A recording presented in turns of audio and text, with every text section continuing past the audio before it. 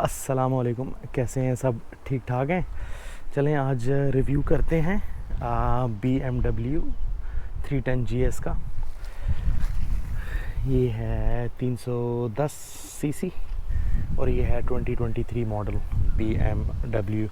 ये wild lands bye Abrar भाई के पास ये वाला बाइक है, पर उनके पास मेरा हाल में पुराना मॉडल था। थोड़ा सा मेरा हाल में 20 था कि 19 था, मुझे एग्जैक्टली नहीं पता। तो मैंने ये 2023 मॉडल लिया था। इसको मेरे पास 1 साल हो गए, तो मैंने सोचा है रिव्यू कर दूं आप सब लोगों के लिए जो कि रिव्यूज़ वगैरह देखते हैं।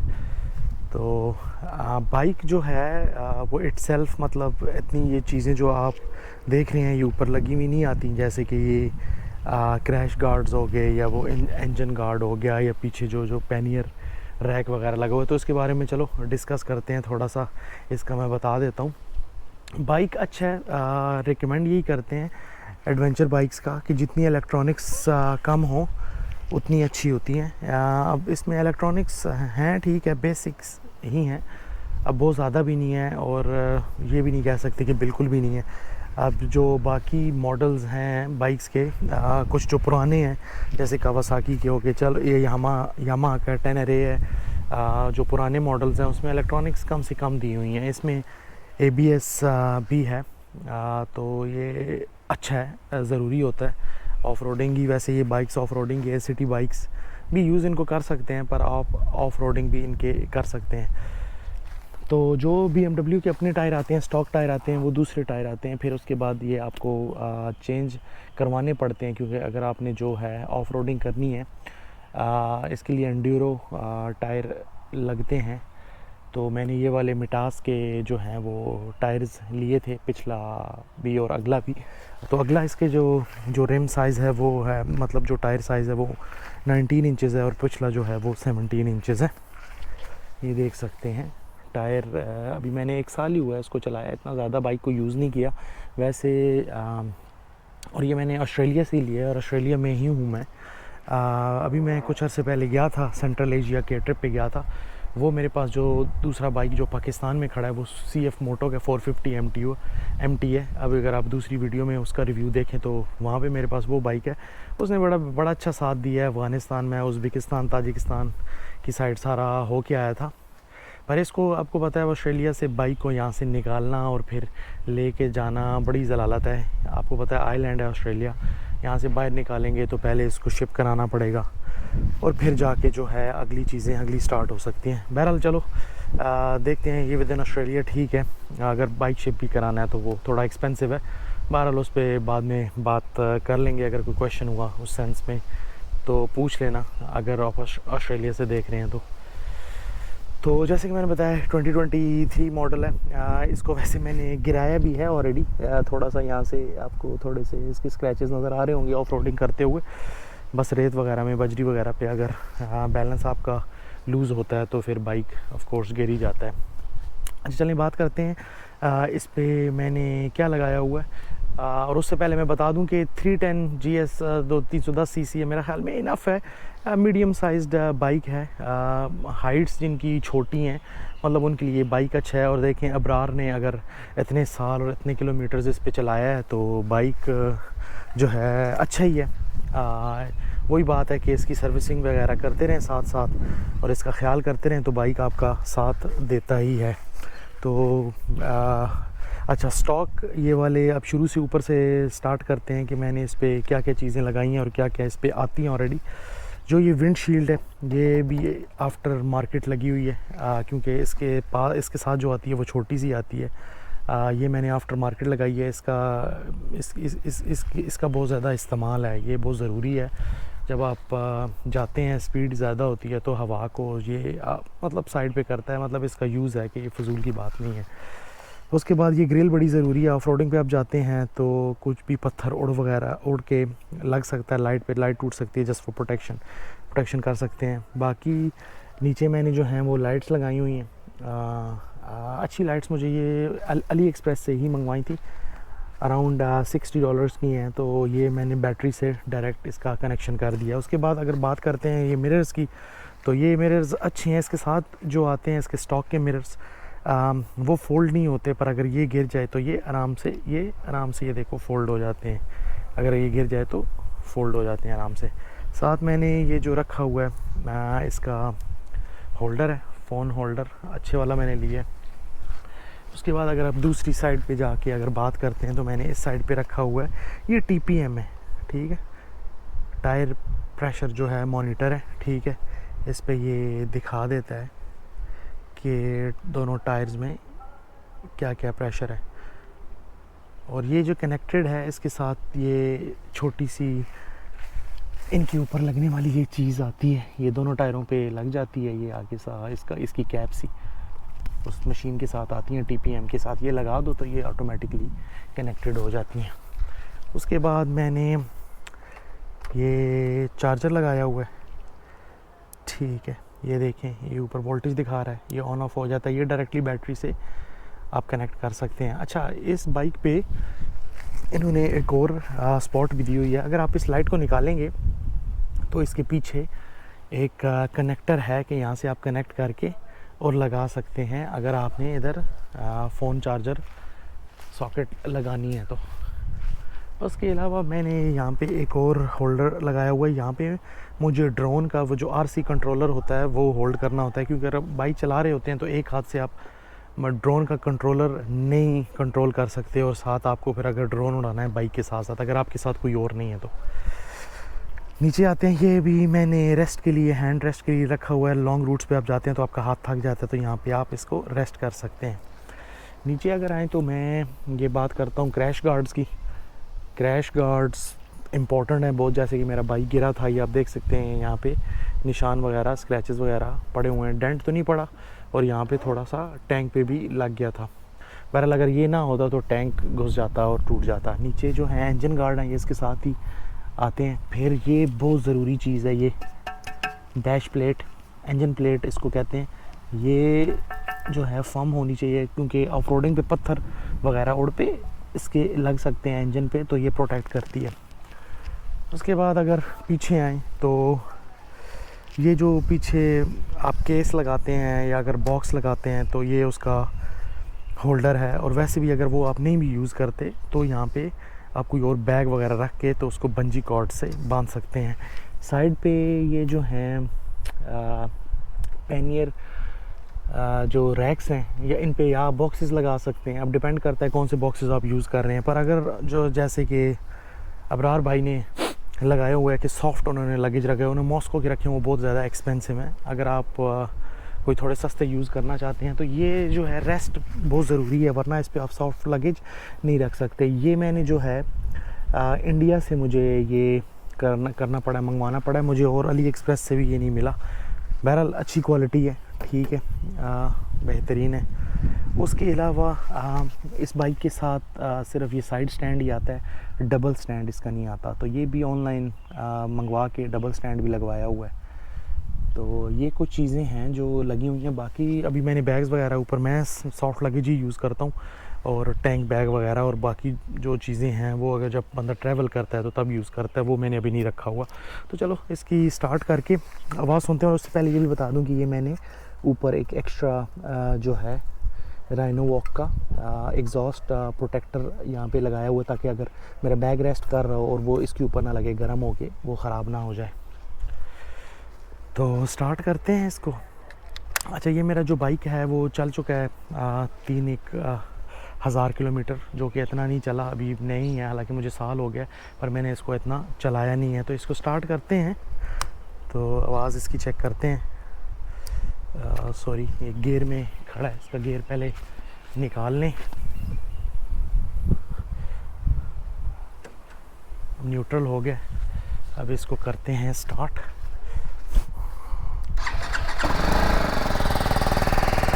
बड़ी इसकी मेलो सी आवाज़ है थी। कोई आपने एग्जॉस्ट अगर चेंज कराना है तो करा सकते हैं, मुझे नहीं लगता वैसे रिक्वायर्ड है ये चीज़ करने का, मुझे आवाज़ वगैरह से इतना नहीं है। अगर इसको थ्रॉटल थोड़ा देते हैं,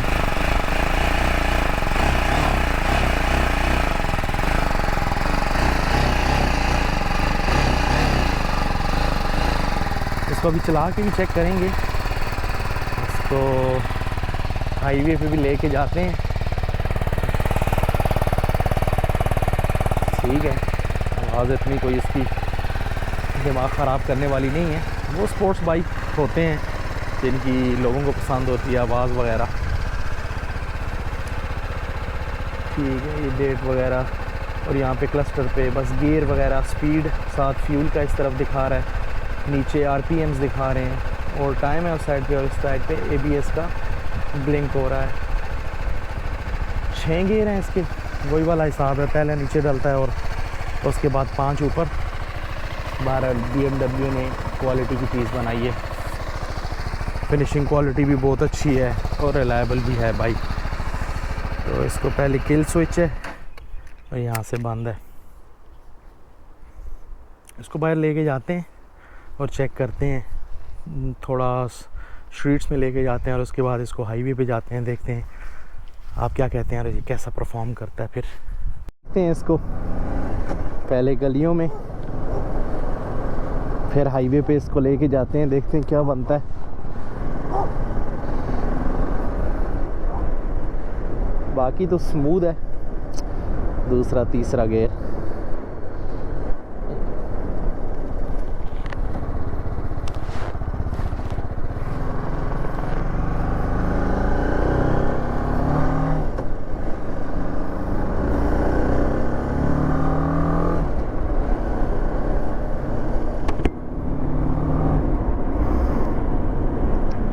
स्मूथ है बाइक, बहुत ज़्यादा स्मूथ है। मैंने इसको इतने लंबे रूट पे तो नहीं लेके गया, पर मैंने इसको अच्छे से चलाया है, वैसे आराम से जाता है। देखते हैं कहाँ तक ये कामता है, क्योंकि अब 310 सीसी है तो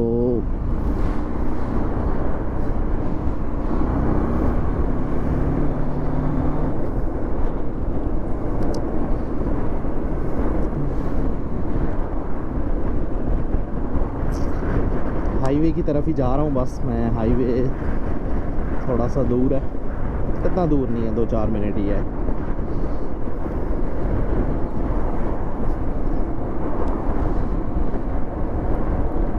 मैन्यूवरेबिलिटी भी इसकी अच्छी है, स्मूथनेस है, मुझे बाइक अच्छा लगा है। एक तो चलो मैंने इंस्पायर्ड हुए हैं हम अपने मुर्शद से, अबरार भाई से, कि उनके पास वही बाइक है तो सेम बाइक लिया जाए। पर ये पता चला है बाइक लेने के बाद कि बाइक के लिए पैसे तो लगा लिए, इकट्ठे कर लिए, पर उसके बाद जो बाइक पे उसकी एक्सेसरीज़ हैं, जो उस पर चीज़ें लगती हैं, उन्होंने जो है ना कमर तोड़ देनी है। बहरहाल स्लोली आप कर ही लेते हैं अगर आपको शौक़ है तो। शौक़ भी बहुत है, पैशन है। सेंट्रल एशिया का ट्रिप किया है इससे पहले 450 MT पे, उसके मैंने अभी वीडियोस वगैरह ज़्यादा नहीं लगाई, बस शॉर्ट्स ही लगी हुई हैं। तो और कभी टाइम ही नहीं मिलता इतनी एडिटिंग करने का। ये राउंड अबाउट से राइट होते हैं यहाँ से। जो नए बाइकर्स हैं जो इसमें आ रहे हैं, जिनको एडवेंचर राइडिंग पसंद है, मेरा ख्याल में उनके लिए अच्छा बाइक है। और मैं आपको बता देता हूँ, ये मैंने लिया था $8,000 का, ऑलमोस्ट ब्रांड न्यू था। मैंने BMW के डीलर से ही लिया था। ये डेमो बाइक होता है, डेमोन्स्ट्रेशन जो उन्होंने खड़ा किया होता है डिस्प्ले पे। तो ये 800 किलोमीटर ही चला हुआ था, तो समझ लें 800 किलोमीटर तो नहीं हुआ बाइक ऑलमोस्ट। नया अगर 10,000 का है तो डेमो में भी 8500 का होगा, थोड़ी प्राइस गिर जाती है जैसे वो डिस्प्ले पे आता है। बाकी मुझे अच्छी डील मिल गई थी तो मैंने ले लिया। फिर यहाँ पे बाइक्स और इवन गाड़ियों और ट्रकों की जो भी व्हीकल है उसकी रजिस्ट्रेशन होती है, एनुअली भी होती है, उसकी क्वार्टर की भी होती है और सेमी एनुअली भी होती है। मतलब 3 महीने, 6 महीने और साल की रजिस्ट्रेशन करानी पड़ती है आपको। ऑन टॉप ऑफ दैट आपके पास इंश्योरेंस होती है, अल्लाह ना करे आप किसी को ठोक दें, आपका एक्सीडेंट हो जाए तो व्हीकल जो है वो कवर्ड होती है। अभी हम यहाँ से लेफ़्ट मुड़ेंगे, वैसे तो 80 का जोन है हाईवे, तो फिर मेरा ख्याल में आगे राइट मुड़ के M4 है, मोटरवे है, वहाँ पे 100-110 का है, तो वहाँ पे थोड़ा भगा पाएंगे। यहाँ पे यही है कि इसको 80 तक ही लेके जाऊँगा, बहरहाल थ्रॉटल देंगे इसको। तो मैंने तीसरे में पहले ही कर लिया, बहरहाल ये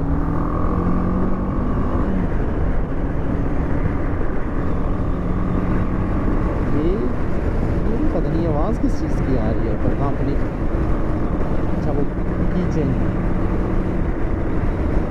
यहाँ पे छठे में डाल दिए मैंने और 80 पे चला गया। मौसम बड़ा प्यारा है।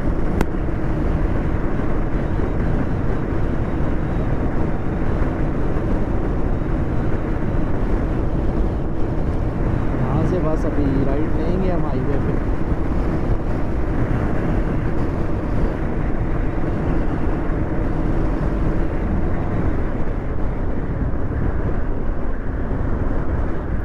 ब्रेकिंग वगैरह अच्छी है, डिस्क ब्रेक्स लगी हुई हैं इसकी, तो चक्कर नहीं है।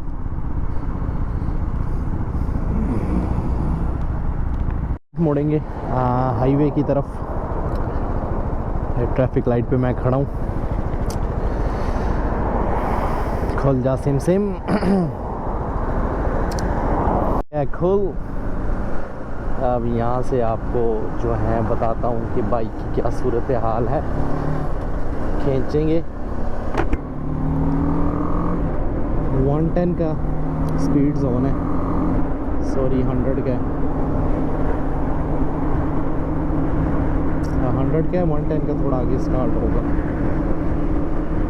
ठीक है, 5वें गियर में कांप नहीं रहा, 80 तक भी 82 तक भी।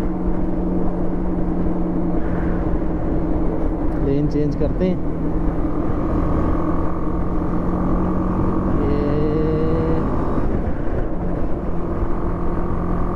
पता नहीं ऊपर आवाज़ किस चीज़ की आ रही है यार। अगर ये कोई ना चीज़ तो लग रही है जिसकी आवाज़ आ रही है।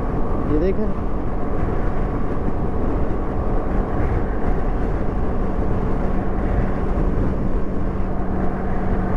बहरहाल चलो यहाँ आगे वो ग्रिल होगी। पुलिस खड़ी है। यहाँ से 110 का जोन स्टार्ट हो गया। छोटे गियर में बाइक बिल्कुल बेहतरीन है, कोई ज़्यादा वाइब्रेशन भी नहीं है बाइक की। कोई चीज़ ऊपर मेरा ख्याल में कोई लग रही है जिसकी मुझे थोड़ी टेंशन हो रही है, आवाज़ आ रही है।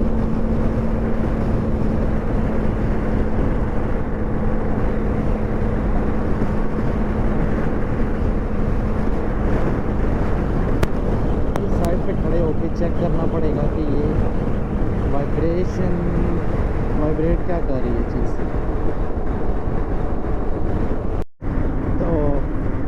बाइक रिकमेंडेड है मेरी तरफ से, मैं 1 साल से चला रहा हूँ, कोई इशू नहीं आया अभी तक। तो सर्विस टाइम पे करते रहें। मैं तो 5000 बाद करता हूँ इसकी सर्विस, बेसिक जो है।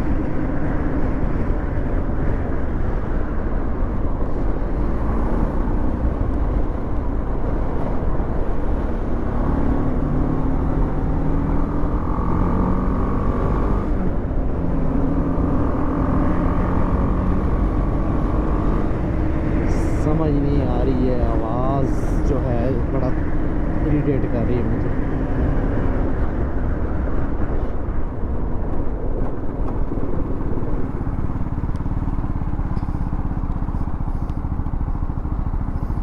इसकी तो नहीं हो सकती।